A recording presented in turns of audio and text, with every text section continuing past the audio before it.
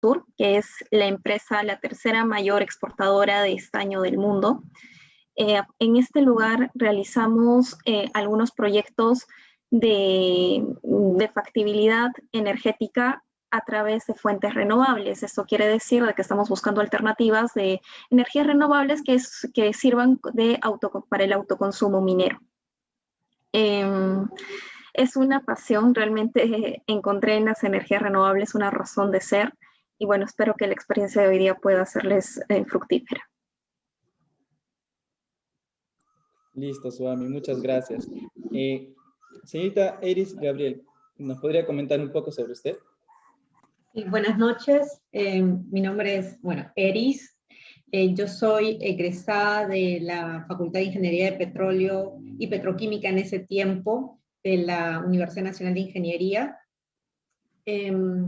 Yo salí de la universidad más o menos en el año 99, y en el 2000 empecé a hacer mis prácticas en Talara, en una empresa argentina llamada Pérez Compán, y empecé, empecé aquí en Perú, luego me derivaron a Argentina, luego fui a hacer una maestría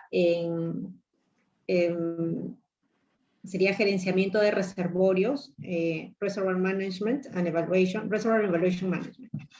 Y en la Universidad Heriot-Watt en Escocia, luego fui a trabajar a Brasil, donde estuve en proyectos de exploración principalmente offshore, en el pre-salt, trabajando para la empresa Schlumberger.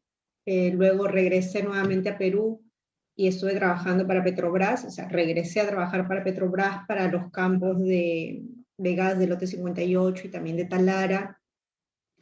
Y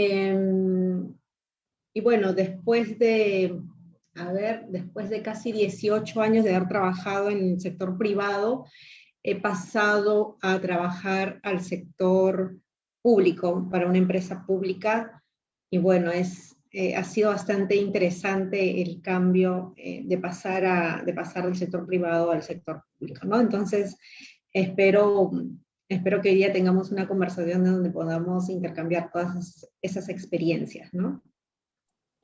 Listo, muchas gracias, señorita Eris. Señorita Caterín, ¿qué tal? Buenas noches. ¿Qué tal? Buenas noches. Ajá. ¿Cómo estamos? Un poquito de tardanza, pero venía cerrando un temita, un evento que estaban cerrando. Mi nombre es Catherine Benavente, yo soy egresada de la Facultad de Ingeniería Química de la Universidad Nacional del Callao. He hecho una maestría de Ingeniería y Ciencia de los Materiales en la Universidad Católica. Y en el año 2003, más o menos, que egresé, conseguí las prácticas profesionales en Petroperú de Refinería Concham. Y ahí tuve la oportunidad de ingresar como practicante al área de inspección, pero que tiene que ver mucho con el lado técnico soporte al área de mantenimiento de toda la planta. Desde ahí me comencé a delinear y formar gracias a mi tutor, en ese momento un ingeniero químico que era de Repsol, en todo lo que es la ingeniería de la corrosión, porque acá como ingenieros químicos llevamos unos pequeños cursos en algunas carreras, no todas, en todas las carreras de ingeniería química o petroquímica, pero no hay específicamente la especialización de ingeniería de corrosión. Tuve la oportunidad ahí en la refinería de desempeñarme y conocer todos los equipos que había y entrar a las columnas de destilación, los hornos y todo aquello que tenía que hacer en campo. Y en el 2006 aproximadamente, pues mi jefe me dijo, vamos a presentar un trabajo técnico de lo que hacemos. La columna de investigación, yo tenía bastante miedo, no voy a negar, tenía como 26 años en ese momento, exponer en el Congreso de Ingeniería de Mantenimiento, y ahí tuvimos la oportunidad de ganarnos una semibeca a exponer al Congreso en Cuba de mantenimiento, así que fue pues una bonita experiencia para mí. De ahí ya en el 2000, más o menos 8, tuve la oportunidad ya de ingresar a Camisea, ¿no? Al ducto de transporte. Operamos desde que nos entregan el gas en Cusco y lo traemos hasta acá Lima, ¿no? Nosotros somos en COGA, la empresa que opera el ducto de TGP. Así que entré al área de integridad y especialmente como una especialista de corrosión, ¿no? Y pues a lo largo de este tiempo pues me he caminado los ductos, todos los sistemas, conozco diferentes regiones, hemos implementado estudios de control de corrosión, estudiando diferentes sectores. Tuve la oportunidad también de ir por la empresa a ver unos ductos en Pemex por 3 meses a tener el control de corrosión, porque habían varias temáticas, problemáticas. También quisieron que me quede, pero no decidí regresar acá al país, porque es algo retante Camisea, sinceramente, para mí. Y bueno, pues he seguido en este rubro como especialista en esta área, y aparte soy voluntaria y miembro de NEI Sección Perú, que es una institución a nivel mundial de ingenieros de control de corrosión. He sido la presidenta, este año me toca ser la chairman, y también actualmente he sido también nominada a una organización de ingeniería de ciencia de corrosión como representante del país técnico, ¿no?, en temas de control. Así que eso un poquito les puedo comentar, y hemos generado dentro de NEIS, yo he promovido bastante la creación de la sección estudiantil de NEIS, de estudiantes de corrosión acá en el país, que el año pasado lo hemos creado, ¿no? Así que eso un poquito les puedo comentar acerca de mí. Listo, muchas gracias, señorita Caterine. Bueno, justo como ya han estado escuchando a nuestras 3 ponentes del día de hoy, quisiera hacerles una pregunta a cada una de ellas. ¿Por qué escogieron una carrera en ciencia, tecnología, ingeniería y matemáticas? Bueno, que comúnmente le llamamos carreras STEAM, ¿no? Entonces, yo quisiera, en el mismo orden que como se han presentado, puedan comentarnos por qué escogieron una de estas carreras. Señorita Swami. Genial, gracias. Bueno, cuando estaba en el colegio todavía no teníamos asignado esa palabra STEM, sino más bien nos dirigíamos por cursos como ciencia, tecnología y ambiente y matemáticas. Justamente eran mis cursos favoritos. Estaba un poco más involucrada en este tipo de temas y siempre he tratado de ir hacia la resolución de problemas, que para mí es bastante importante. Dentro de todas estas carreras que podrían estar dentro de la ciencia o de la ingeniería, me incliné justamente por las áreas de electricidad, que me parecieron más fascinantes justamente en el último año de universidad. Así pude elegir ingeniería electrónica. Justamente también la malla curricular que me ofrecía la Católica me permitía llevar esta carrera en un amplio contexto donde no simplemente podía realizar circuitos electrónicos o robótica como usualmente está relacionada a la electrónica, sino que podía ir a áreas un poco más desarrolladas, como digamos sería la aeronáutica, las ciencias espaciales, la energía. Entonces, la electrónica era una gran plataforma desde donde podía saltar a cualquier otro área que para mí en un futuro podía hacerme más atractivo. Entonces creo que la decisión fue bastante buena, a la vez fue bastante dura, porque llevar este tipo de ingeniería compromete cierto esfuerzo y cierto compromiso de uno mismo. No es algo que cae del cielo, va a necesitar bastante constancia, pero que los frutos son bastante buenos, y más aún cuando sabes encontrar una vinculación y un propósito con lo que estás haciendo. Listo, muchas gracias, señorita Swami. Señorita Iris, ¿qué nos podría comentar usted? Sí, a ver, ¿por qué escogí? Creo que como la mayoría de los que estamos aquí, escogemos una carrera de ingeniería precisamente porque nos gustan las matemáticas o las ciencias, ¿no? Y esos gustos se te van, bueno, los vas conociendo desde creo que la secundaria, ¿no? Efectivamente fue así mi caso, pero no obstante a mí en el colegio me gustaban muchas cosas, desde educación física hasta psicología, filosofía, me gustaban muchas cosas, la verdad. Pero matemáticas siempre fue sumamente fácil para mí, entonces dije, bueno, de todo lo que me gusta, lo más fácil para mí es matemáticas. Entonces voy a postular a una carrera de ingeniería. Ahora, dentro de las carreras de ingeniería, ¿por qué escogí petróleo? Entonces mis motivaciones, vamos a decir, mis motivaciones fueron, no fue, o sea, de petróleo yo no sabía nada, ¿no? Lo que hice fue, estando en quinto de secundaria, leer prospectos, y cuando leí el prospecto, la que me parecía más rara era petróleo. Entonces es como que me gustan las cosas así medias extrañas, ¿no? Entonces me pareció sumamente, o sea, nunca había escuchado petróleo, y me pareció sumamente interesante, pero no sé por qué yo tuve vamos a decir, la imagen de que esta carrera era como internacional. Yo no conocía a ningún ingeniero de petróleo, no conocía a ningún ingeniero en mi familia, así, pero vamos a decir, al buscar información, que en ese momento no había Google todavía, no había Internet, o el acceso al Internet era limitado, estoy hablando del año 94, ¿no? Entonces lo que podía leer era por lo que veía en los prospectos, en revistas o en cosas así, ¿no?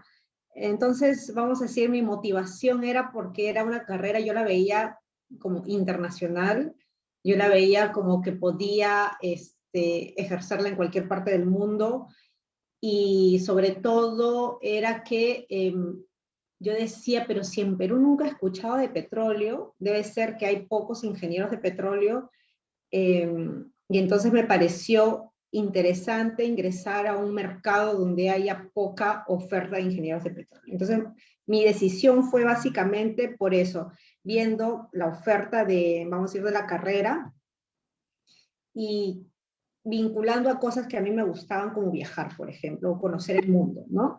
Entonces, definitivamente, o sea, sumaban varias cosas, sumaban mi gusto por las ciencias, sumaban el hecho de que podías conocer, vamos a decir, el mundo, y el hecho de que puedas estar fuera de una ciudad, ¿no? O sea, vamos a decir, en el campo, ¿no? Entonces esas tres cosas me atraparon y bueno, y me ha gustado y he disfrutado mucho de todo lo que he hecho en estos ya casi 20 años de carrera, ¿no? Y bueno, ¿qué nos podría decir si es que en este caso sus familiares o amigos del colegio se enteraron que escogió esta carrera? Porque así como lo dice, ¿no? O sea, una carrera rara que quizás no hay muchas universidades aquí en el Perú que las tienen. Entonces, ¿qué, o sea, Eris, ¿qué haces escogiendo una carrera que no es muy conocida aquí en Perú? ¿Cómo usted se sintió quizás, ¿no? Por ahí uno u otro comentario que puede haber generado, ¿no? La verdad es que hasta ahora, ¿no? No es muy conocida, vamos a decir, o como dices ahí, me parece que hay, mira, yo sé que hay dos facultades, porque hay una en Lima, que fue a donde yo ingresé a la uni, hay una facultad que se creó después que yo ingresé en la Universidad Nacional de Piura, y me parece que hay una de energías en Ancash, no, si mal no recuerdo. Entonces todavía es muy poco conocida, y bueno, cuando a mí me preguntan, siempre les respondo que es por lo mismo. Yo lo seleccioné viendo la oferta. Sinceramente hice mi estadística, bueno, ya manejaba matemáticas, hice una estadística, ¿dónde salen menos ingenieros de petróleo? O sea, no, ¿cómo es? Hice una estadística de la menor oferta de ingenieros, o sea, qué carrera ofrecían menos ingenieros en el Perú en ese momento, y era ingeniería de petróleo. Entonces, así decidí. Sinceramente, porque para mí en ese momento tienes 16 años entre ingeniería geológica, ingeniería de minas, ingeniería de petróleo, que no conocía ninguna, para mí era prácticamente lo mismo. Entonces dije, ¿quién ofrece menos oferta? Allí voy. Sí, eso honestamente, pero después ingresando ya en la carrera, la verdad es que me gustó muchísimo, ¿no? Me pareció muy bonita. Listo, muchas gracias, señorita Eris. Señorita Catherine, ¿qué nos podría comentar usted sobre esta elección que tuvo por una carrera en STEAM, ¿no? Creo que casi comparto mucho de mis otras colegas el hecho de que pues en el colegio me encantaba las matemáticas, las ciencias. Mi apellido es Benavente y en mi salón me decían mis compañeras que estudiaba en un colegio de mujeres, y cuando llegaban a corregir mis exámenes, la profesora decía, pero profesora, póngale de frente 20, porque Benavente saca 20. Y entonces ya era verdad, llegaba, la profesora se reía y todo lo de matemáticas, química, física eran puros 20, nada más, ¿no? Entonces me encantaba, me era fácil, mejor si tocaba mañana examen de matemática o de química, para mí, como decir, no estudiaba, era un día de descansar, mejor decir, ¿no? Porque al día siguiente. Pero había un tema familiar, mi papá un poco era enfermero, todo, y quería un poquito que estudie medicina, por ahí tenía como que en la mente posiblemente, pero mi mamá sí en su corazoncito quería la ingeniería. Cuando estaba ya para terminar, nos hacen los test vocacionales y como primera opción me salía lo que es ingeniería, ¿no? Entonces ahí tuve que evaluar cuál de las dos, si inclinarme a la medicina o a la ingeniería, y opté por la ingeniería, y ahora la pregunta era ¿cuál de ellas, no? ¿Cuál de ellas? Entonces comencé igualito a leer el prospecto de las universidades, a ver qué decían los campos de acción, cómo más o menos, qué me llamaba más la atención, ¿no? Qué era más afín a mí. Y me acuerdo que en el colegio en química, las ferias de química me encantaban, ¿no? Ahí a exponer, así que dije, pues creo que es ingeniería química, y así elegí estudiar ingeniería química e ingresé, ¿no? Y después ya al desarrollarme o al estudiar en la universidad, lo que quería es estar en el área operativa. Ese era mi sueño. Ese era mi sueño. No sabía si en el sector de minería o petróleo lo veía tan complicado, de hidrocarburos, pero decía quería esa parte, ¿no? Quería estar en el área operativa porque mayormente muchas de mis compañeras se iban al lado textil o se iban a laboratorios, ¿no? Y cuando me dieron la oportunidad de ingresar a Petroperú, a Refinería Conchán, pues sí me dieron la oportunidad de estar en el área prácticamente operativa, ¿no? Así que, y de ahí fui formándome, porque tampoco no sabía que había un mundo de la ingeniería de la corrosión, y agradezco siempre a mi mentor, que él me fue guiando, me fue dando la ruta, y ahí decidí comenzar a estudiar la maestría, porque necesitaba saber muchas cosas con los ingenieros mecánicos, porque tenía que hablar con los ingenieros mecánicos, pero decía, ¿qué hacía un ingeniero químico acá? Pues un ingeniero químico entendía el proceso de por qué las cosas pasan, ¿no? Entonces ese era mi aporte, ¿no? Y ese es mi aporte hasta ahora, donde trabajo, porque yo soy la única ingeniera química y todos son ingenieros mecánicos, ¿no? Y así que me fui especializando y haciendo mis cursos a nivel internacional en corrosión como especialista, y la experiencia profesional ha sido en eso, ¿no? Me fui delineando de esa manera. Muchas gracias. Y usted, Swami, que en este caso es un poco más contemporánea, ¿qué sorpresa tuvo, ¿no? Cuando escogió esta carrera de ingeniería, en este caso electrónica, ¿no? ¿Alguna sorpresa, o entre la familia, las amistades, qué le comentaron? Bueno, yo tengo la situación un poquito parecida a Catherine. Mi familia también quería que estudie medicina, pero veía que por lo menos mi vocación no estaba muy cerca a ello, y decidí ir más por la parte de las matemáticas, de la física y la química, que venía a ser ingeniería. Nunca me dijeron no a estudiar ingeniería, al contrario, apoyaron la idea de que estudie, más bien sí me guiaron en qué ingeniería iba a estar mejor y podía llegar a tener un buen campo laboral. Yo sí siento que he tenido un cambio, o ha sido muy diferente el escoger la carrera en el colegio y ver la carrera cuando estuve en la universidad y ejercerla. Son 3 momentos diferentes y son 3 espacios donde puedes llegar a tener bastantes dudas, pero que hay que encontrar la forma de cómo poder canalizarlas. En el colegio estaba totalmente segura, esa era mi carrera, no dudaba absolutamente para nada, pero cuando estuve en la universidad sí veía que quizás no había leído bien los folletos, y me encontraba en un mundo en el que tenía que llevar bastantes cursos de circuitería, de cursos propiamente dichos de electrónica, y me preocupaba la forma y cómo iba a poder ser trascendente con esa carrera, con dónde iba a ir mi vocación y mi misión de vida. Para mí eso fue un momento bastante crucial en todos los años de carrera que he tenido, y a la vez también fue un momento de descubrimiento, porque justamente en la universidad, con los cursos que son bastante interdisciplinarios, me di cuenta de que era muy buena también en letras. Entonces me llamaba mucho la atención los campos legales, los temas sociales, y estaba llevando una carrera de electrónica que vale decir que es una de las carreras más técnicas de la universidad. Entonces el desafío ahí era cómo poder conjugar estas 2 áreas que son prácticamente diferentes, que están en lugares totalmente opuestos, pero cómo hacerlas tan tuyas, unificarlas y poder trabajarlas ambas en conjunto.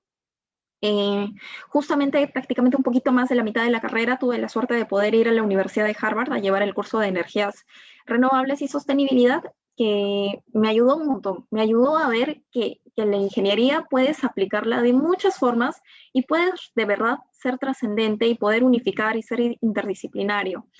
Me mostró que en las energías renovables podía haber una parte tan técnica de la electrónica que podía aplicarla, pero que también podía tener un impacto ambiental, un impacto social, económico, político, y era lo que yo estaba buscando. Ese momento fue más que decisivo, fue un amor a primera vista con la energía. Llegué acá a Perú simplemente y con la decisión y la convicción de seguir con las energías renovables desde donde pudiera. en la universidad fue a hacer investigación justamente para la tesis. Empecé a desarrollar un proyecto de electrificación rural que me permitió ver y entrenarme un poco cómo era este mundo, por lo menos de ver cómo funcionaban estos, digamos, los sistemas fotovoltaicos, qué clase de regulación existe acá en el Perú, cómo es el impacto en las personas respecto a la energía. Y posteriormente ya en el trabajo, el mundo también era diferente. Siempre trabajé en la empresa privada y era ver que esos pequeños sistemas fotovoltaicos con los que había visto y había investigado, ahora eran grandes centrales de generación de electricidad y todo lo que implicaba ello tanto técnicamente y legalmente. Ahora, cuando también empecé a trabajar en Minsur, otra vez me encontraba con lo mismo. Era partir de conceptos bastante científicos de la física, empezar a realizar modelos técnicos y caminar de la mano con la regulación eléctrica que existe. Entonces, la conclusión que saco de ahí es de que, al menos en mi experiencia, tengo que caminar entre la ingeniería y las leyes. Las dos van cada una de cada mano y eso me parece un trabajo bastante rico. Entonces, no solo puedes adentrarte y puedes desarrollar una parte técnica, sino que también te da la posibilidad de poder desarrollar otras habilidades que tienes dentro de ti mismo. Listo, muchas gracias, señorita Swami. Bueno, como todos sabemos, ya en el Perú y en el mundo están suscitando cambios. Hoy, como celebramos el Día de la Mujer, a su vez sabemos que la presencia de la mujer ha aumentado en los últimos años. Asimismo, estamos pronto a celebrar el Bicentenario. Estamos próximos a una cuarta revolución industrial. ¿Ustedes creen que adoptar tantos cambios a la vez será favorable para nosotros? Como quien dice en la frase, ¿no? El que mucho abarca, poco aprieta. ¿Qué nos podrían comentar sobre ello? Señorita Iris, a ver. Hola. A ver, sobre esa pregunta, en realidad nosotros ya a estas alturas deberíamos estar acostumbrados al constante cambio, ¿no? Cuando yo empecé a trabajar, todavía me acuerdo que nosotros usamos simuladores, a diferencia de, por ejemplo, de lo que comentó Swami. En mi carrera yo no he visto temas, vamos a decir, interdisciplinarios hasta que llegué a un cierto seniority, o sea, hasta llegar, vamos a decir, a senior, y era muy, muy focalizado en la parte técnica. En la parte de ingeniería era muy focalizado en la parte técnica. Ya cuando llegas a manejar proyectos, vamos a decir, proyectos, es donde empiezas a ver integración con todo el aspecto ambiental, legal y cumplimiento de normas. Entonces, en mi área, que te comento que ha sido muy técnica, yo empecé prácticamente haciendo, o sea, no programando, pero era casi como programar a mano en estos simuladores, ¿no? Y ahora es increíble cómo no sé, pues ni siquiera tuvo que pasar mucho, en 10 años nada más se cambió a unos simuladores sumamente avanzados, y en otros 10 años más esto ya está ya a otro nivel, ¿no? Entonces, ahorita estoy hablando en términos de simuladores, pero también te podemos hablar en términos de tecnología, qué sé yo, por ejemplo, en la cuarta generación vamos a tener, bueno, o que ya se está usando incluso en el sector de petróleo, ¿no? La nanotecnología que ya se usa. Entonces lo que nosotros tenemos que hacer es simplemente adaptarnos, ¿no? Porque si no nos adaptamos van a venir las otras generaciones mucho más jóvenes, que son ustedes, que tienen que incorporar todos esos conocimientos y sumar eso vamos a decir, a la profesión, a las carreras, a solucionar los problemas que aún persisten. Entonces, yo lo que te puedo comentar es que ese constante cambio se tiene que aprovechar. Se tiene que aprovechar y no hay que tener miedo, ¿no? A las nuevas tecnologías, a lo que se viene. Ahora, vamos a decir, el tema del Bicentenario, la verdad es que a mí me hubiese gustado que Perú llegue o esté en otros niveles, ¿no? por ejemplo, yo estoy en el sector de hidrocarburos, o sea, mi carrera es de hidrocarburos desde que salí. Entonces a mí me hubiese gustado que el Perú, por ejemplo, deje de importar hidrocarburos, ¿no? Teniendo tantos recursos y tenemos leyes que dicen que podemos aprovechar esos recursos. Y yo cuando estuve en la universidad, me acuerdo que ya había salido en el 92, 93 toda la regulación ambiental. Entonces la formación que he tenido ya incluye ese aspecto, a diferencia de la generación previa, donde hubo muchos desastres ambiental realmente en el sector hidrocarburos, ¿no? Entonces yo esperaba que lleguemos a un Perú con mejor desarrollo dado por los hidrocarburos, no solo por petróleo, sino por el gas, ¿no? Ahora lo que yo espero es que el sector de hidrocarburos contribuya en la transición focalizándose en el gas, por ejemplo, ¿no? Que es uno de los hidrocarburos más limpios que hay. Y después también espero, no ya para el Bicentenario, no, porque ya estamos ahí, pero espero que también los campos y la infraestructura, llámense pozos y todas las facilidades en superficie de los campos petroleros se puedan transformar y ser usados para energía geotérmica, por ejemplo, ¿no? Que eso es, ya se realizan en otros países de Europa, en China y no me acuerdo que algún otro país. Entonces, podemos contribuir con la transición energética a través del gas y vamos a decir, y todas las facilidades que ya se tienen, ¿no? En el campo. Listo, muchas gracias. Señorita Caterina, ¿qué nos comentaría usted con respecto a estos cambios que ya están muy próximos, o ya lo estamos viviendo en realidad? Disculpe, su audio está... Bueno, ahora ya estamos, como dicen, a puertas del 2021 y muchas cosas se quisieron que se den, ¿no? Como dicen, este cambio un poco más de la cuota energética para todo el país que se pueda dar, ¿no? Pero vienen retrasados ciertos proyectos, es la realidad, ¿no? Que tengan otros sectores, por ejemplo, nosotros en Camisea tenemos el gasoducto en Ayacucho que está listo para cualquier momento que se pueda de ahí entregar gas a diferentes zonas, ¿no? Es lo que uno hubiese querido, ¿no? Pero estamos hacia adelante, creo que hay muchos profesionales. Ahora nos queda nada más en el tema de la política poder escoger uno de los líderes que pueden caminar esto en nuestro país, ¿no? Es en esa parte, ¿no? Y un poco me perdí una partecita de la pregunta que necesité al inicio, discúlpame. Sí, o sea, bueno, que ya estamos a puertas del Bicentenario y estamos a una próxima cuarta revolución industrial. Entonces, ¿usted cree que adoptar todos estos cambios a la vez va a ser favorable para nosotros? Como decían, ya estamos en cambios. En nuestro caso, como por ejemplo, de mi generación, hemos tenido todos los cambios desde el inicio, de los cambios de utilizar un móvil, a ya pues de no tenerlo antes, ¿no? Y han sido los cambios bastante rápidos y ha querido adecuarse, ¿no? Ahorita, por ejemplo, por esta pandemia, hay que adecuarse rápidamente, ¿no? Hay que adecuarse, no queda de otra los cambios, ¿no? Pero creo que también hay algo muy importante, también te puedes especializar, porque también ante estos cambios también te piden la especialización y puedes diferenciarte también. Entonces, eso, ¿no?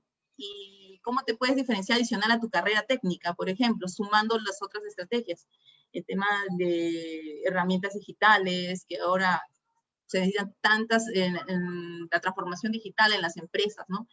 Es algo que, por ejemplo, para ustedes como jóvenes lo tienen más rápido, más acelerado, pero acá hay una interrelación entre los que tenemos la experiencia, ¿no? Que tenemos que hacer, y toda la onda digital que viene fuerte y que tenemos que todos adecuarnos, ¿no? ¿Para qué? Para poder dar un paso también en la empresa y mejorar y optimizar todos nuestros procesos, ¿no? Creo que este es sumamente importante. Entonces, sí hay que adecuarse, pero podrías también especializarte, considero, porque es algo que lo pide el mercado. Y bueno, en este caso usted, como trabaja ya en COA, pues, ¿no?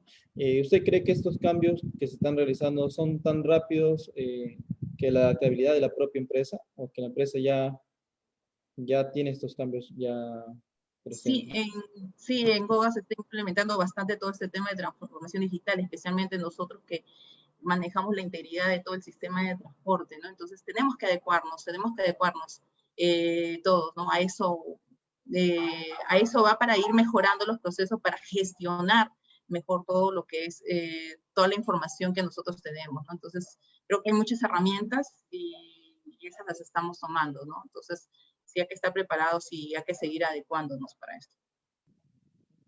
Muchas gracias. Señorita Suami, ¿qué nos podría comentar con respecto a esta pregunta que hemos venido realizando? Bueno, creo que los cambios son inminentes, los estamos viviendo. El bicentenario, estamos viviendo prácticamente el año del bicentenario.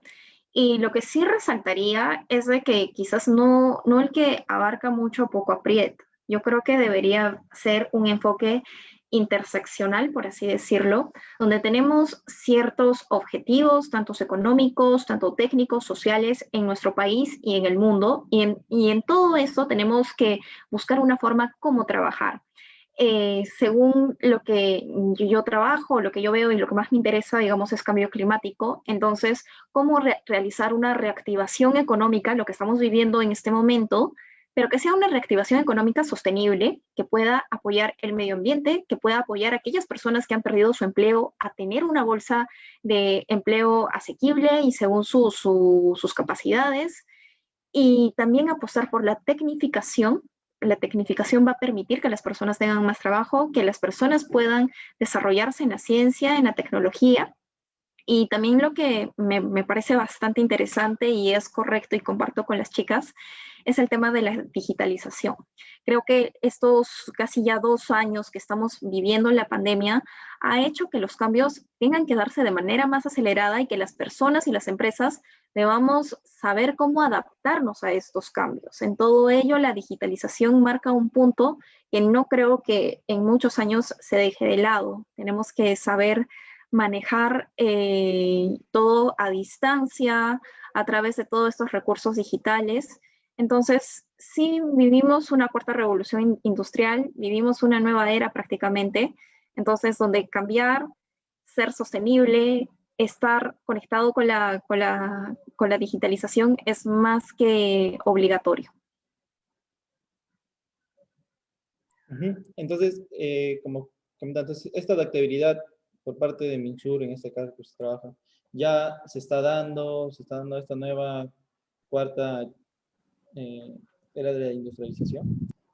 Por supuesto que sí, justamente son cosas que he aprendido prácticamente en estos 2 años en Minsur, que sí se está dando una revolución industrial mucho antes de la pandemia, porque ya se han empezado a tomar ciertas formas de trabajar los minerales, de operar las minas, bajo ciertos criterios que para mí es lo más importante, que están regulados por el ICMM. El ICMM es el Consejo Internacional de Empresas de Metales y Minerales en el mundo, los cuales obligan a que estas empresas deban cumplir una serie de requisitos medioambientales y sociales para que su producto, o sea, el mineral, sea más atractivo a los mercados internacionales. Entonces, sí, ya vemos que hay una actividad económica que está siendo operada con ciertos indicadores, con ciertos enfoques que van a permitir la mejor vida de sus trabajadores, de las sociedades y del medio ambiente, que me parece más que correcto.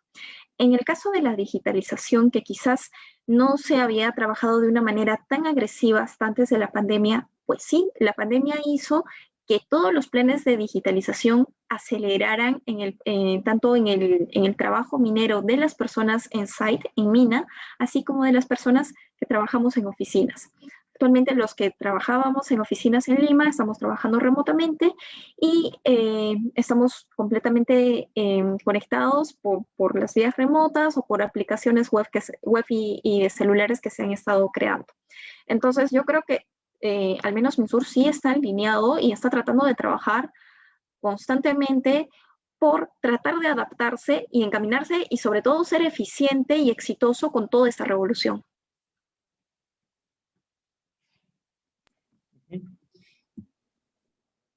Ya, justo con lo que comentaba usted, todo lo que usted menciona está de la mano con las decisiones políticas, y ahora es muy importante, ¿no? Ya que en esto estamos a 34 días de estas elecciones. Entonces debería haber siempre un apoyo para poder hacer este impulso de la energía. Y justo una de las preguntas en la que ya va viniendo es que, miren, todos los países que han tenido una transición energética exitosa a nivel de Europa y algunos de Centroamérica, han tenido como base al sector hidrocarburos. ¿Cómo poder realizar una buena transición energética en el Perú si el sector de hidrocarburos está relativamente abandonado? Señorita Iris, ¿usted qué nos podría comentar con respecto a esta pregunta? Sobre la transición energética en el Perú. A ver, primero habría que preguntarnos por qué Europa, por ejemplo, en países como Europa hay mayor avance en otras energías, ¿no? Primero porque en Europa no tienen los recursos que tiene Perú, o sea, no, su energía hidráulica es mucho menor a la que tiene Perú. Perú tiene los Andes y tiene potencial para generar energía hidráulica, cosa que no tiene Europa. Entonces, para Europa es mucho más viable, o sea, estamos hablando de parte económica, ir a unas energías renovables. ¿Por qué? Porque vamos a decir, ellos tienen energía nuclear, tienen energía, o sea, para ellos ir a la transición es casi lo mismo en costos. Pero para Perú, que tiene una energía barata, o sea, ¿por qué tendríamos que ir a una energía eólica o solar teniendo una energía barata como el agua? Entonces, primero que tenemos que, yo diría, generarnos energía más barata, ¿no? Porque si nos vamos a la eólica o a la solar, que es más cara por unidades, estaríamos, o sea, finalmente serían los propios ciudadanos peruanos los que estarían pagando más. Entonces, hay que ver que esta transición, o sea, vamos a decir, no sea que sea por moda, sino veamos el beneficio de toda la comunidad, ¿no? En Europa, como les repito, ellos van a ese ritmo porque consumían mucho carbón. Por ejemplo, en Estados Unidos todavía siguen consumiendo carbón como energía. En cambio, Perú tiene mínimo uso de carbón porque tenemos, otra vez repito, energía hidráulica. Entonces, China también va a transición porque tiene muchísimo porcentaje en uso de carbón. Entonces nosotros, si tenemos agua, vayamos por el agua, que es lo más barato, y que siendo un país pobre, ¿por qué nos iríamos por cosas caras, no? La energía renovable, o vamos a decir tipo solar u otro tipo de energías, tiene que ir adaptándose conforme, no sé cómo llamarle, conforme vayamos acabando nuestros recursos más baratos, ¿no? Entre los recursos más baratos es el agua. Los siguientes otros recursos más baratos, ¿cuáles serían, no? No estoy hablando de carbón porque el carbón sabemos que es el más contaminante. Entonces después vienen vamos a decir, los hidrocarburos tipo petróleo, que es contaminante, que tendríamos que ir dejando los más pesados y ir caminando hacia los hidrocarburos más livianos, y gas, ¿no? Entonces yo creo que el fluido gas es el que nos va a permitir hacer la transición. Entonces tendríamos que focalizarnos en exploración y encontrar estos recursos de gas. Y el siguiente paso es qué hacer con todos estos campos donde ya, vamos a decir, hay pozos y ya tenemos todo listo como para hacer. Lo que tendríamos que hacer es fomentar, promover la transición yendo a energías geotermales, que es lo que comenté hace un rato, que me parece que también sería un recurso más barato que otros. Entonces a lo que voy mi punto es, vayamos a energías que sean más baratos y que les convengan a los peruanos, que no copiemos simplemente por copiar lo que aplica en otros países, usemos los recursos naturales que hay en el país. Tenemos los Andes y por eso podemos usar la energía hidráulica, tenemos los Andes donde tenemos el calor y podemos usar el agua caliente que sale y ya están los pozos hechos. Entonces, ¿por qué no usemos eso? Colombia ya tiene energía geotermal, o sea, es increíble, Colombia ya está usando ese recurso, ¿no? Entonces, si ya tenemos los pozos, ya tenemos la facilidad, ya tenemos las plantas, entonces aprovechemos el gas, aprovechemos todo lo que está dejando el sector hidrocarburos para hacer esa transición. Y bueno, pero el tema es que tendríamos que hacer eso como país de una manera ordenada, ¿no? Ese es desde mi punto de vista de hidrocarburos y lo que yo he visto, cómo podríamos transitar hacia energías más limpias, ¿no? Listo, muchas gracias. Señorita Catherine, ¿qué nos comentaría usted con respecto a este cambio de la transición energética que estamos ya a punto de, quizás a unos años ya vivirla, ¿no? Bueno, pues, ¿no? Como dice creo mi colega, y creo que es un poco la que es más experta en este tema, Eris, utilizar primero lo que tenemos, ¿no? Aprovechar, ¿no? Aprovechar las energías propias acá en nuestro país. Y el tema del gas sí ha contribuido bastante en esta transición energética, ¿no? Y todavía queda mucho, ¿no? Desde los hogares, a cada uno o a los que tienen, pues disminuir lo que pagaban antes es algo importante, y a la industria, ¿no? Ahorita que tuvimos estos tiempos de cuarentena por el paro de las industrias, pues veamos cuánto consumía, ¿no? Ya la industria, y cuánto se ha ido adecuando al gas, ¿no? Entonces, es importante, creo que se siga en esto, que se siga enfocando esta parte, ¿no? Y de hecho que también tenemos potenciales en las zonas del norte, pues la parte eólica, en la parte sur, solares, ¿no? Pero ir progresivamente y obviamente con las políticas correspondientes del Estado que nos deben llevar poco a poco a estas transiciones, ¿no? Listo, muchas gracias. Señorita Swami, ¿qué nos podría comentar con ello? Bueno, creo que yo difiero bastante de las opiniones que han estado dando las compañeras. Primeramente debería decir que las energías renovables no son moda. El año 2015 hubo 2 acuerdos internacionales fundamentales que promueven la energía renovable como una acción climática para prevenir la vida de las personas en los futuros años. El primero es el Acuerdo de París en el año 2015, que trata de que los países más desarrollados puedan incrementar en su matriz energética el uso de energías renovables. Definitivamente, los países de Europa son los que más están incursionando en este mundo y tienen un mejor desarrollo. Ahora, también hay objetivos en los que los países más desarrollados puedan apoyar a los menos desarrollados para que su matriz energética también pueda incrementarse y pueda darse electricidad de calidad, sobre todo a las personas que no tienen este recurso. Asimismo, se declaró los Objetivos de Desarrollo Sostenibles por la ONU y tenemos el Objetivo de Desarrollo número 7, que es energía sostenible y asequible. Todo esto para que las emisiones de carbono que estamos emitiendo actualmente puedan reducirse en los próximos años. Entre el 2020 y ahora el 2021 estamos atravesando por una de las peores catástrofes de la humanidad en los últimos 100 años. Si no ponemos pare y no ponemos acciones estratégicas para poder reducir nuestras emisiones de carbono, se nos viene otra catástrofe en los próximos años. Y es así, no tiene remedios y vamos a tener que sufrir nosotros mismos y las siguientes generaciones con los efectos del cambio climático.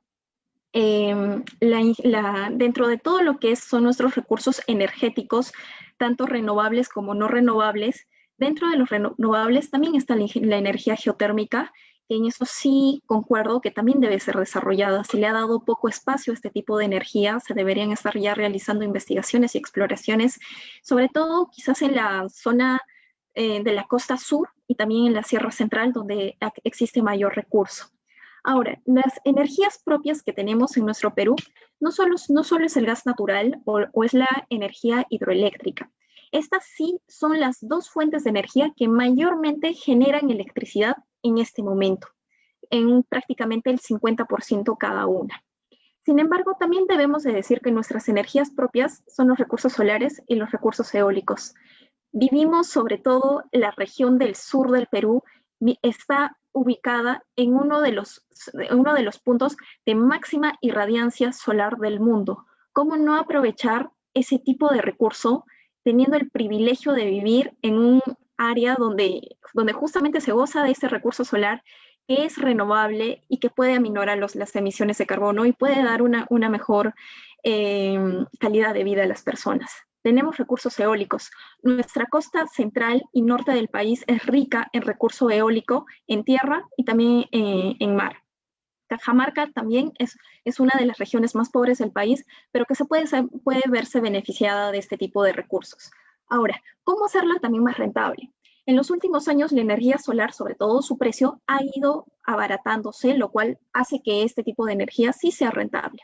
Ahora, no es que de un día para otro tengamos el 100% de energías renovables, porque eso es algo imaginario.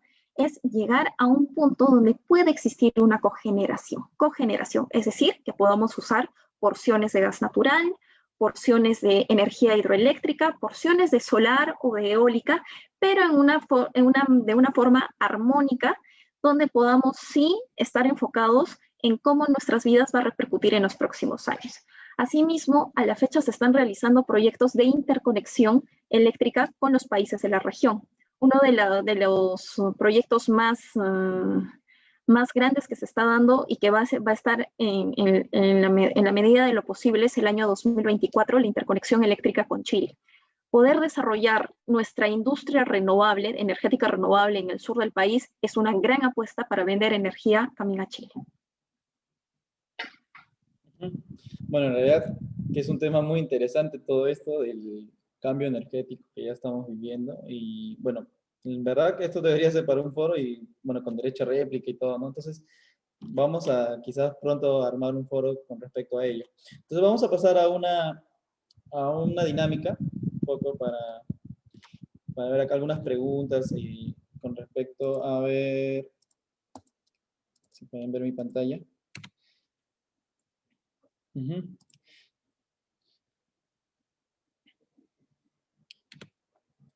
Una pregunta, primer trabajo.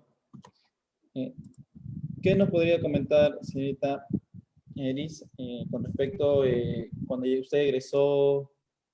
¿Cuál fue la primera oportunidad laboral que tuvo en este caso? A ver, yo egresé en el 99 y en el año 2000 hice mis prácticas en la empresa Pérez Compán, una empresa argentina que tenía experiencia en campos maduros. O sea, campos maduros de petróleo significa campos como los de Talara, que esos campos tienen más de 100 años en explotación de hidrocarburos, ¿no? La verdad es que a mí me encantó ir a trabajar a Talara. Yo no sé si ustedes conocen, bueno, no han escuchado de Máncora. Máncora está en Talara, entonces tienes otras playas de órganos. A mí me encantaba el hecho de salir y conocer mi país, ¿no? Entonces este trabajo me dio la oportunidad de no solamente conocer o ganar experiencia en la parte técnica, sino de ir y conocer mi Perú, ¿no? Así que yo sé que a mucha gente que conoce de Talara no le gusta, pero a mí me encanta porque fue, o sea, cada etapa de tu vida creo que debes disfrutarla, ¿no? A mí me encantó mucho la etapa de la universidad, pero cuando me fui allá me encantó nuevamente vivir en Talara y esa experiencia linda de que tienes muchos de tus colegas, porque Talara es una ciudad petrolera, ¿no? Prácticamente la mayoría de mis amigos estaban haciendo prácticas allá y trabajando, y entonces es una experiencia muy bonita que yo recomiendo que las sepan disfrutar de una manera, no sé cómo llamarle, adecuada, madura, porque te pasa que, por lo menos es lo que pasó en lo que pude observar, que era la primera vez que yo vivía sola, de manera independiente, no tenía ninguna familia allá. Es como que estás con plena libertad, ¿no? Entonces tienes que empezar a aprender a organizar tus gastos, la parte financiera, la parte personal, manejar tus libertades, tus tiempos, tus amistades. No solamente es la parte técnica, sino que empiezas a desarrollar otros aspectos de tu vida, ¿no? Así que, vamos a decir, el inicio laboral viene acompañado de otras cosas, ¿no? De inicio de nuevas responsabilidades, el inicio de tener independencia económica y otros tipos de independencias. Entonces, yo lo disfruté muchísimo, pero si no sabes equilibrar todo eso, y no encuentras el equilibrio, te puede jugar en contra, ¿no? Cuando no sabes mantener o no sabes si puedes mantener un equilibrio en diferentes aspectos, ¿no? Eso es todo lo que puedo decir sobre mi primera carrera. La primera empresa donde trabajé. Y una de las cosas, quiero terminar con esto, porque me he dado cuenta desde que empecé a conversar con algunos de ustedes, los organizadores, por ejemplo, que me llamaban ingeniera. Entonces es algo que a mí me choca, por ejemplo, cuando me dicen ingeniera, porque es un título, ¿no? A vamos a decir, una de las cosas que yo me llevé de esta primera empresa de argentinos, es que todos se tuteaban, todos, desde el gerente hasta el portero, todos se trataban de tú. O sea, y a mí me encantó eso porque yo lo veía, me parecía excelente. O sea, ¿por qué diferenciar entre el gerente general y la señora que te servía el café? O sea, no había diferencias, todos eran tú y nadie se trataba de ingenieros. Entonces, todos se llamaban por su primer nombre, ni siquiera por el apellido. Entonces, eso a mí me fascinó, ese trabajo me encantaba, ¿no? Sí, listo. Entonces, en realidad son como culturas organizacionales que cada empresa tiene, ¿no? Y ya que estas necesitan una madurez. Bueno, acá en el Perú es una experiencia, ¿no? Es una experiencia de que quizás todavía hay la diferencia de grados y todo ello, pero hay otras culturas organizacionales que son distintas, pues, ¿no? Entonces, siempre es bueno a veces llevar esas culturas a diferentes trabajos y para que también se pueda vivir ahí. Señorita Catherine, ¿qué nos comentaría usted con respecto a quizás su primera experiencia laboral, cómo estuvo, cómo la consiguió y todo ello, pues, ¿no? Y como comenté al inicio, exactamente mi primera experiencia fue en Petroperú, en la refinería Conchán. En primer lugar, que cuando postulé, no sabía exactamente a dónde estaba postulando. Ese es un primer punto, ¿no? Salió una convocatoria en general, llegué a un hotel donde estaban muchos chicos, muchas chicas que estaban postulando. Yo sinceramente no sabía qué empresa era, di mi examen, y de ahí al mes me llamaron, y ahí recién supe que era de Petroperú. No lo tenía dentro de mis estereotipos, pensaba pues que era muy difícil, ¿no? Yo tenía algunos sesgos propios. Entonces me llamaron para la entrevista personal, ¿no? Pasé con 2 ingenieros, y después de ahí me llamaron al mes para decirme que había entrado, ¿no? Y como te digo, y como les comenté al inicio, rezaba y rogaba que no sea en laboratorio, porque sabía que la mayoría la mandaba al laboratorio, la realidad, y yo quería que estar en el área operativa, ese era mi sueño, ¿no? Y no fui en el área de operaciones, movimiento de productos, fui al área técnica de mantenimiento, que estaba junto con la mano de operaciones, porque el doctor que le diagnostica que este equipo funcione bien, le tiene que entregar para el área de operaciones, ¿no? Entonces, ahí fue, y uno que después, al enterarme que había ingresado por la beca de CAREC, ¿no? Mi beca en Conchán fue por CAREC, así que creo que saqué, dentro de los que postulamos, saqué los mayores puntajes, y por eso ingresé, ¿no? Entonces ahí, como dije al inicio, pues, uno, estar con puros ingenieros mecánicos, que no sabía, digo, ¿qué hago acá?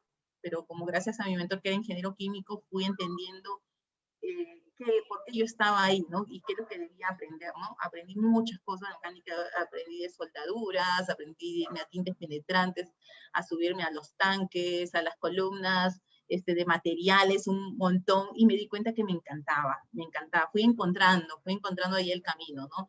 Y aprender todo, ¿no?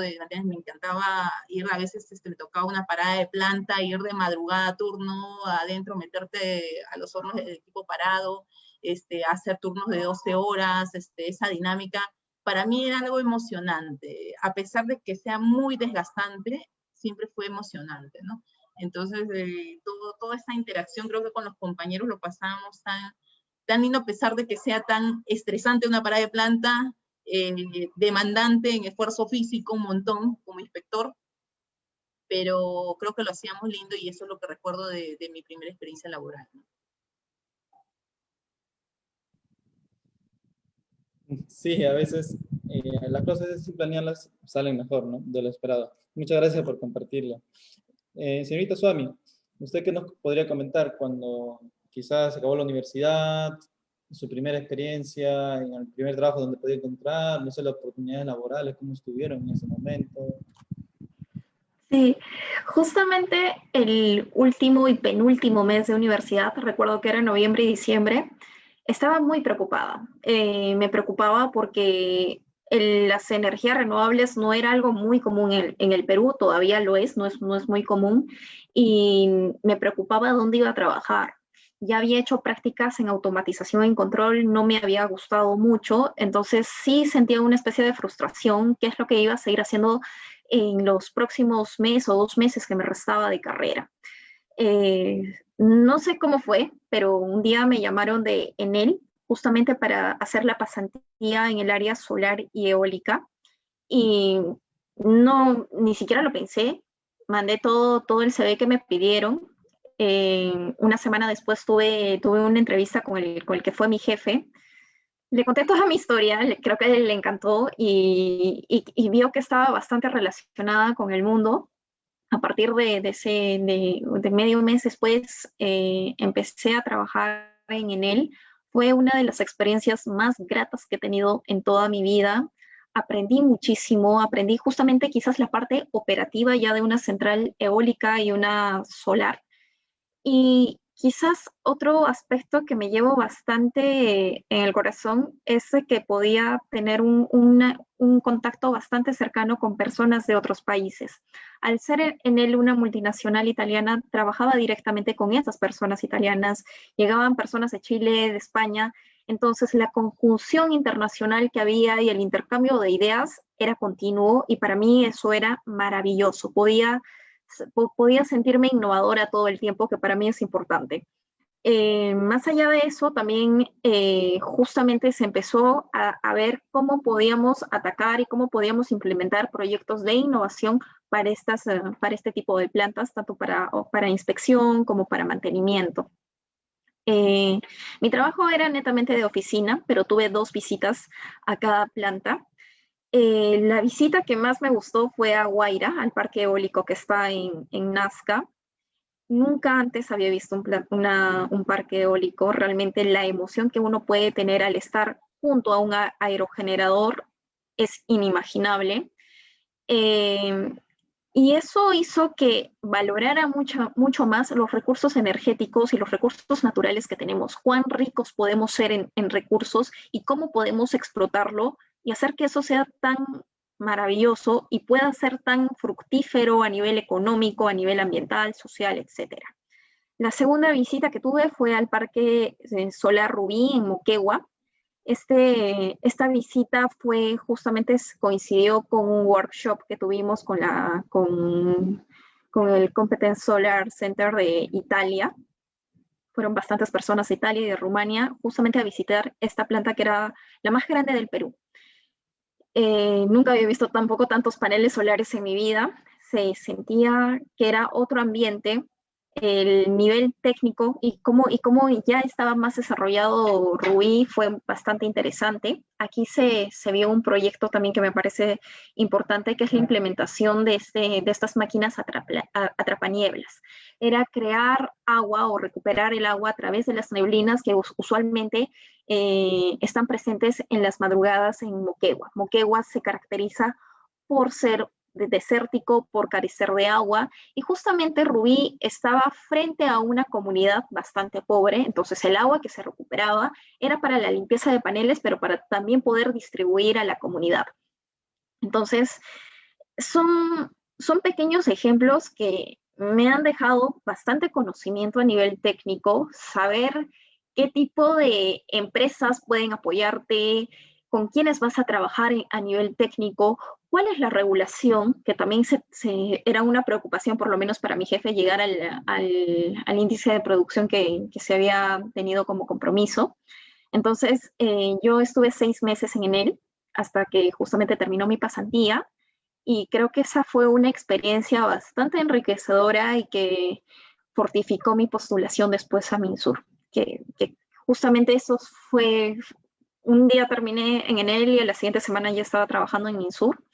Tuve la suerte de que en MINSUR quizás no estaba trabajando con las propias personas en mina, me asignaron un asesor de la Universidad de Princeton, un físico nuclear con el que empezamos a trabajar los proyectos energéticos desde cero. Si en Enel había visto ya las grandes centrales en operación, Ahora el desafío era otro, crearlos desde cero, teniendo un enfoque de cómo van a ser ejecutados y cómo van a ser posteriormente operados.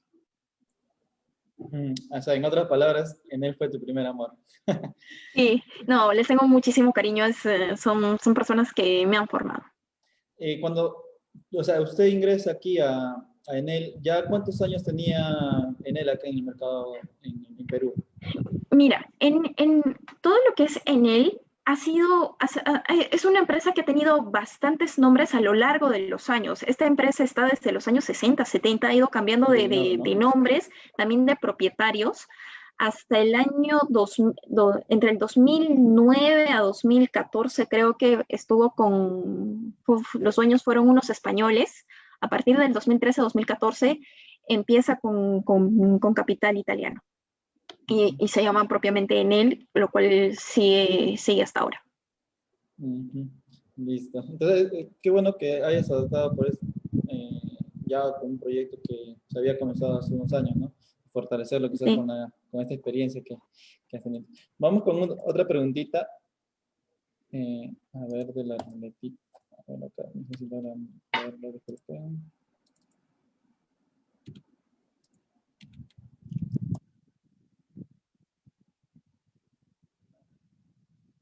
Bueno, algunas actividades extracurriculares que realizaban en la universidad, quizás alguna anécdota que puedan compartir con las personas que están aquí en este evento, ¿no? ¿Qué nos podría comentar, señorita Iris? Extracurriculares, en la uni, vamos a decir, los estudiantes son muy concentrados vamos a decir, en los números, ¿no? Pero a mí particularmente desde niña, como les decía, a mí me gustaba educación física. Entonces, a mí desde niña me ha gustado el deporte, yo he sido, no fui deportista destacada, pero sí estuve como en una preselección. Entonces, en la universidad, cualquier hora libre que tenía lo dedicaba a hacer deporte. Estuve en la selección de la uni de fútbol y fútbol femenino.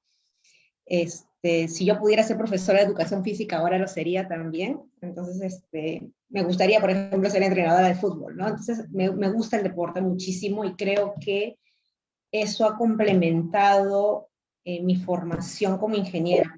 Difícilmente se llevan cursos de formación humana, vamos a decir, ¿no? Entonces, pero el deporte ha complementado ciertas habilidades blandas que se requieren en cualquier profesión, como trabajo en equipo, comunicación, o sea, vamos a decir, el objetivo siempre es uno, y por ejemplo, no soy mala perdedora. Entonces, el deporte yo creo que ha contribuido muchísimo en mi formación. Una de las experiencias, vamos a decir, otra experiencia, otras cosas extracurricular que hacía y que me gustaba mucho, yo creo que desde el primer año en la universidad formé parte de la Sociedad de Ingenieros de Petróleo, del Student Chapter. Entonces, y los 5 años en la universidad participé en cuanto evento había, estaba en todos los eventos, todas las organizaciones, todas las charlas que podían haber. Así que era algo súper, súper lindo, y me acuerdo que cuando yo estaba en primer año de la universidad, los chicos de cuarto año y quinto año de este Student Chapter, ellos eran como que los asesores, no me acuerdo el término ahorita cómo funcionaba, pero cómo se llamaba, pero los chicos de cuarto y quinto año de secundaria es como que agarraban un chico de primer año y eran sus coaches, ¿no? Entonces te enseñaban o te ayudaban, y me acuerdo que cuando estudié con uno de ellos, o uno de ellos me ayudó, me saqué 19, entonces sacarse 19 en la uni era una maravilla, o sea, no podía creer, entonces todo el mundo quería tener esos tipos de asesores, ¿no? Para que te saques así una notas. Entonces esos programas que habían a mí me encantaban, ¿no? Porque así tú veías, wow, los chicos de quinto año estaban ayudando a los chicos de primer año, ¿no? Era algo muy, muy bonito, y eso creo que en la facultad, al ser tan chiquitita y todo el mundo conocerse, facilitaba ese tipo de interacción. Entonces, en las cosas vamos a decir, yo paraba más en la universidad que en mi casa. A mí la vida universitaria me encantó, o sea, hacía muchas cosas extracurriculares, ¿no? Desde centro de estudiantes, en la Society Petroleum Engineers, en haciendo en los campeonatos de fútbol y fulbito, de vóley, básquet, hacía todo lo que, todos los deportes que podía en la universidad. Entonces, sí tenía mucha actividad extracurricular, por decirlo así, ¿no? Bueno, al parecer creo que vamos a abrir una vacante para la DT de futsal en la facultad, así que igual, o sea, en la universidad todavía sigue pasando eso, ¿no? O sea, que la mayoría que participa en deportes, actividades circulares, ya sea danza, ahora que han estado implementando, ¿no? Para las actividades siempre en la universidad de la facultad, entre todos apoyan. O sea, los de ciclos superiores apoyan los ciclos menores, a los ciclos recién ingresantes y todo ello. Entonces, muchas gracias por compartir una de sus experiencias quizás en la universidad. Señorita Caterín, ¿qué nos podría comentar usted en su etapa universitaria, alguna de sus actividades extracurriculares que ha realizado? A ver, un poco difícil, les voy a ser totalmente sinceros. Estuve dedicada a la biblioteca, en las clases, aparte que yo vivía en San Juan de Miraflores y en la universidad quedaba en el Callao. Entonces, prácticamente tenía, bien temprano salía a las clases y habían las brechas, ¿no? De los espacios, pero ya en la noche regresaba a casa. Entonces, sí me dedicaba totalmente, que me acuerde, no había, lo único extracurricular, pero es extracurricular también como que estudiando. En el último año estuve apoyando a una profesora en temas de productos naturales, que me encantó un montón. Comencé a destilar aceites esenciales, que hasta estaba pensando dedicarme en esa parte, porque estábamos viendo a investigar con la gente de biología en la San Marcos, sobre temas de algas, sobre diferentes productos que yo digo en ese momento, si hace 20 años me hubiese dedicado, quién sabía, a los aceites esenciales, ahorita lo dice, quién sabe, la pionera en aceites esenciales del país, ¿no?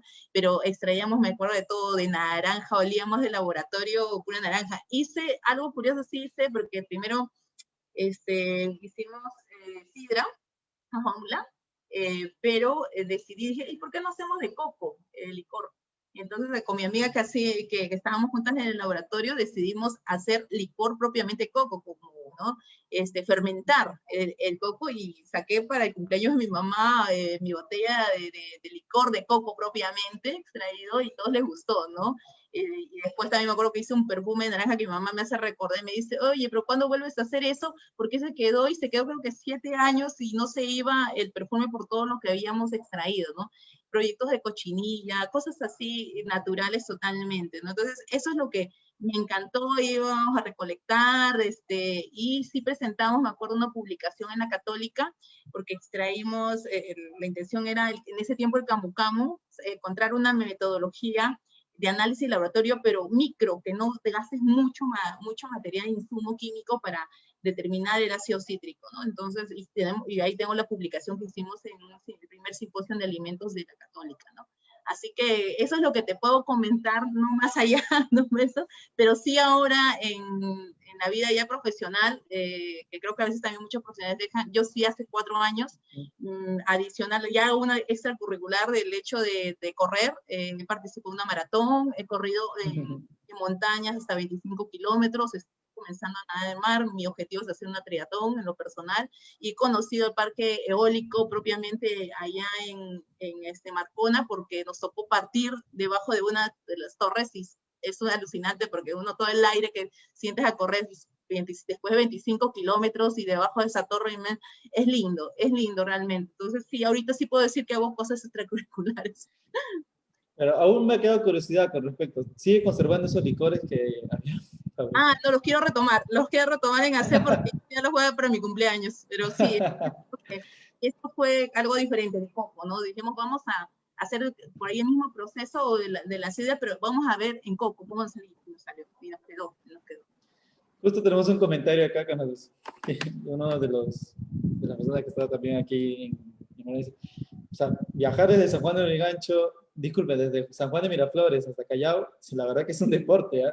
Y claro, cómo no, o sea, el ir y buscar un asiento también, o sea, correr y todo eso también es parte de una actividad extracurricular Sí, extracurricular, no, en todas palabras. es un poco, porque de hecho que pasa en universidades nacionales, pero tenemos los buses que trasladan en ciertas tomas, ¿no? Y uno toma a veces los buses por facilidad económica, Exacto. también es, entonces, por ejemplo, en nuestro caso, y eso sí es una anécdota, teníamos que subir y pelearnos, y yo ahí estaba adelante para coger un asiento, y con mis compañeras me pasaban las mochilas por la ventana para ganarle a los chicos asientos, así que para ir sentadas, pues, ¿no? Eso sí. Listo. Señorita Somi, ¿qué nos podría comentar usted con su etapa Bueno, universitaria y todo ello?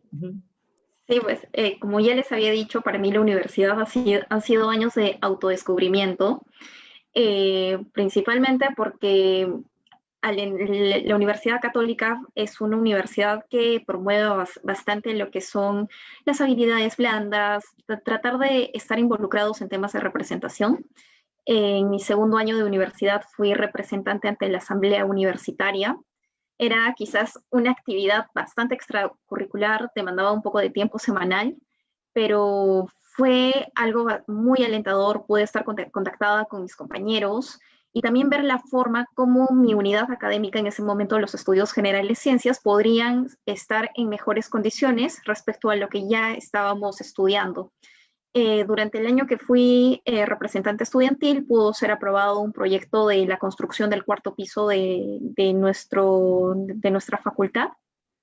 Se implementaron áreas de estudio, mejor comodidad en los asientos, una biblioteca específica para nosotros. Entonces, salí por lo menos de los estudios generales bastante contenta, sabiendo que había hecho algo bueno por mi facultad.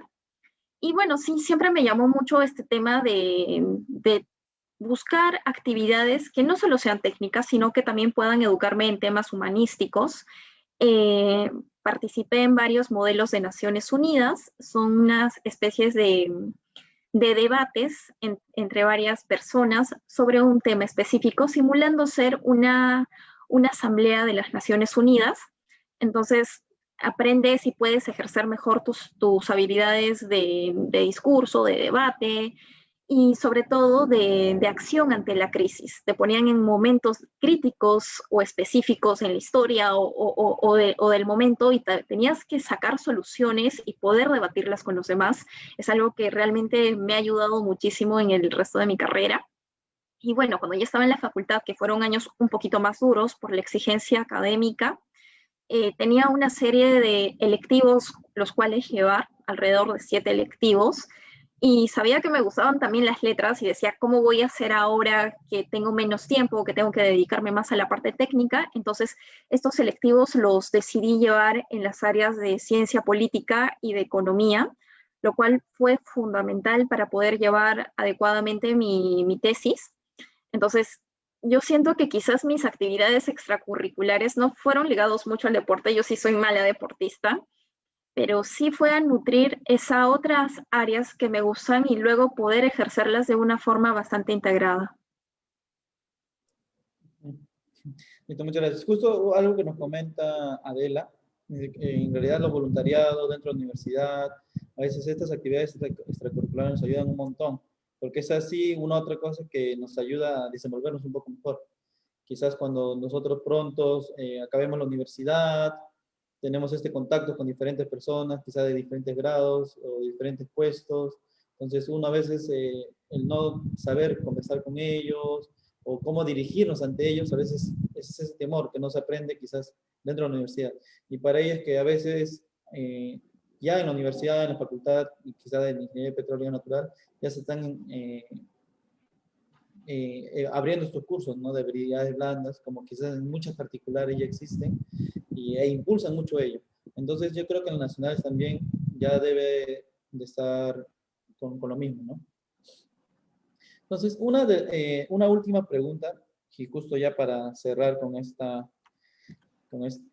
conferencia, es, yo quisiera que cada uno de ustedes nos puedan decir una frase que motiva y también añadiendo ello, ¿qué recomendarían a estas personas, a estos estudiantes que están y algunos que ya están por iniciar sus carreras en una carrera en ciencia, tecnología, ingeniería y matemáticas? ¿Qué nos podría comentar?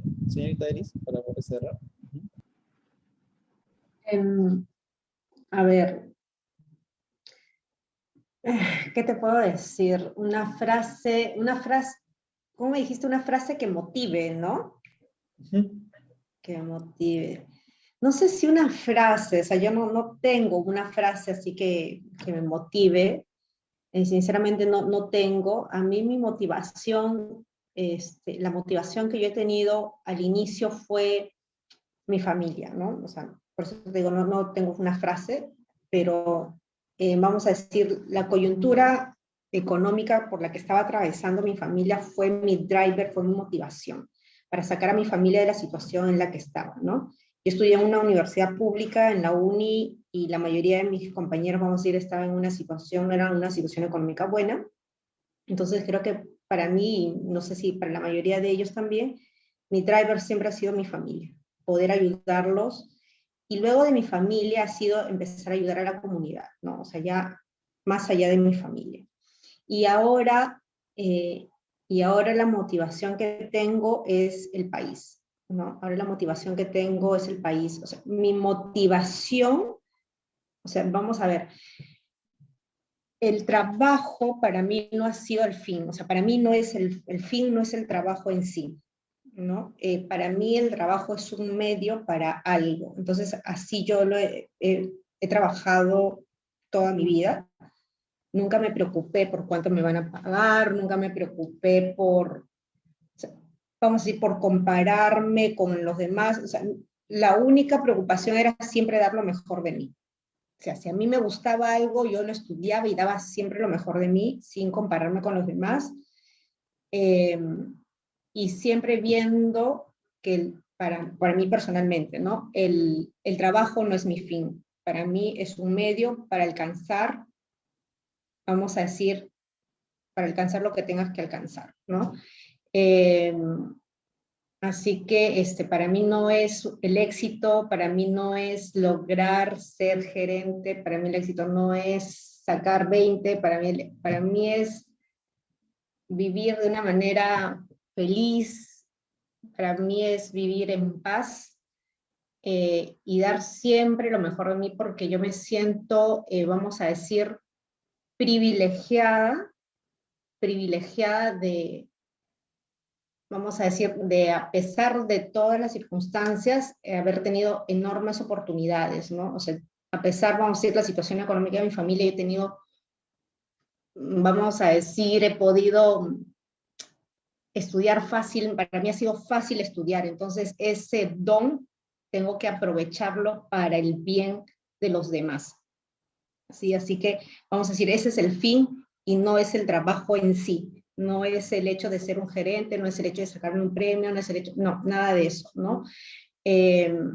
Así que eso es lo único que les diría al resto, ¿no? Si cada uno encuentre la motivación que les va a hacer que esto sea perdurable, ¿no? Así que, bueno, eso es lo que les podría compartir con todos ustedes, ¿no? Listo, un gran ejemplo de todo lo que dices, que también haya aceptado esta invitación, que espero que le haya gustado y ya que estamos llegando a nuestra parte final. Bueno, quisiera escuchar a señorita Catherine, que nos podría comentar quizás una frase motivacional o alguien que fue su inspiración o motivación durante toda esta etapa que tiene usted, y qué recomendaría quizás para las personas que ya están en estas carreras, ¿no? de STEAM. Ok, creo que para mí hay dos frases que marcan todo lo que he hecho hasta ahora, todo mi camino. ¿Ya? Uno es para mí, y creo que eso, hablamos mucho de la pasión, esto, pero la pasión sin acción es pura ilusión. ¿Ya? Así que podemos tener algo que nos agrade, esto, pero si no accionamos, esto se convierte nada más en una ilusión y no es algo tangible para lograr. ¿Ya? Así que, y en eso se marca el seguir luchando, el seguir encontrando algo que te motive. Por ejemplo, a mí todos los días siempre pienso en qué nuevo puedo darle la vuelta a lo que hago, qué puedo crear, cómo puedo mejorar procesos. Creo que tengo no sé, por ahí soy una experta en corrosión, pero para mí todos los días es un día nuevo, encuentro un nuevo caso, comienzo a estudiar, me encanta esa interrelación entre la ciencia y la ingeniería, entre estar estudiando, posiendo en el laboratorio, que también hago ensayos de laboratorio, y irme a campo, a la realidad, hacer ese match. Hace poco estuvimos, me acuerdo, un tema con unos físicos del Instituto Geofísico hablando sobre tormentas eléctricas que también van en el tema de corrosión y todos los índices a nivel mundial. Entonces, a mí me encanta, me apasiona todos los días. Para mí es todo un día, es nuevo. Entonces, por eso decía que la pasión sin acción es pura ilusión. Entonces, y el otro, el que no se encuentra. Eso, creo que les puedo decir eso, ¿no? Yo en mi caso sí no estuve en organizaciones, no sé si había en mi universidad, sinceramente, por la Universidad Nacional de Callao, todavía no hay muchas, y ahora a veces que visito o que por ahí comparto con algunos compañeros, cómo está la universidad, no hay la mismo grupo como, por ejemplo, hay en la Uni San Marcos, es la realidad. Pero no tenía en ese tiempo y después he ido conociendo y ahora motivo al revés, ¿no? Me toca en esa parte, ¿no? Y me encanta, me encanta. Entonces esas dos frases creo que yo les podría dejar desde mi experiencia de vida, ¿no? En realidad, el equipo de Alpahuira y de Energía Andina, quienes son los organizadores de este evento, siguen a ustedes, a usted, señorita Caterín, señorita Eris y Swami. Entonces, así que no deje, en este caso usted, de seguir por las maratones y todo ello, porque esos detalles también inspiran. Señorita Swami, para poder cerrar, ¿qué nos comentaría usted? ¿Una frase motivacional o alguien que haya sido de motivación durante toda esta etapa? ¿Y qué recomendaría para estas personas que están cursando carreras en STEAM? Y justamente en la fecha que estuve en Estados Unidos, justamente cuando tú atraviesas una de las puertas de la escuela de gobierno que justamente donde llevé el programa, te encuentras con una frase que para mí hace hincapié todos los días de mi vida, que traducida al español sería: no te preguntes lo que tu país va a hacer por ti, pregúntate qué es lo que tú vas a hacer por tu país. Es una frase del expresidente John Kennedy, y realmente fue para mí como una cachetada en la cara, porque muchas veces nos preguntamos qué es lo que van a hacer por nosotros, pero no nos ponemos en el punto de que cómo podemos nosotros aportar. En esos días también conversé con una abogada que estaba especializada en temas de ingeniería, sobre todo en la parte energética, y le hablaba sobre las diversas problemáticas que tenía el Perú, justamente en las áreas industriales, de energía, de innovación, y me dijo algo muy parecido: nadie va a cambiar tu país si tú no empiezas a cambiarlo. Entonces, mi recomendación va por ese lado. Muchas veces queremos cosas grandes, que las cosas cambien, que tengamos mejores beneficios, pero si nosotros no trabajamos por ellos, es prácticamente imposible que podamos lograr ese cambio que estamos buscando. Los cambios no se hacen de la noche para la mañana, implican mucho esfuerzo, implican mucho tiempo, implican colaboración. Entonces, indistintamente de las áreas en las que ustedes vayan a desarrollarse, sea el petróleo, sea el gas natural, y energías un poco más renovables, por así decirlo, siempre busquen cómo van a impactar en los demás, cómo aquello que están haciendo va a repercutir positivamente en la vida de las personas y en sus futuros.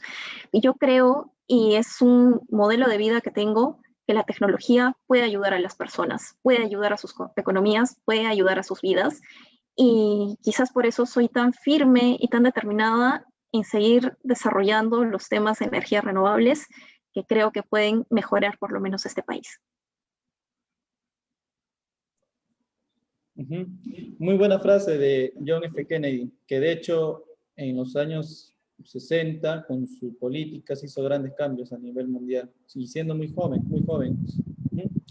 Entonces, para todos los participantes que estuvieron activos por el Zoom y por nuestras redes sociales, no dejen de seguirnos.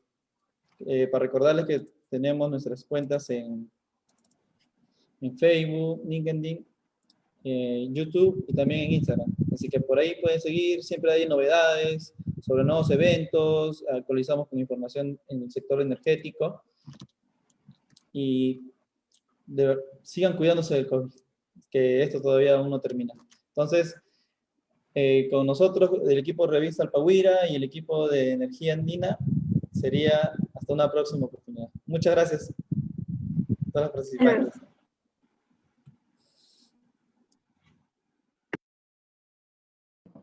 Chao, nos vemos, gracias.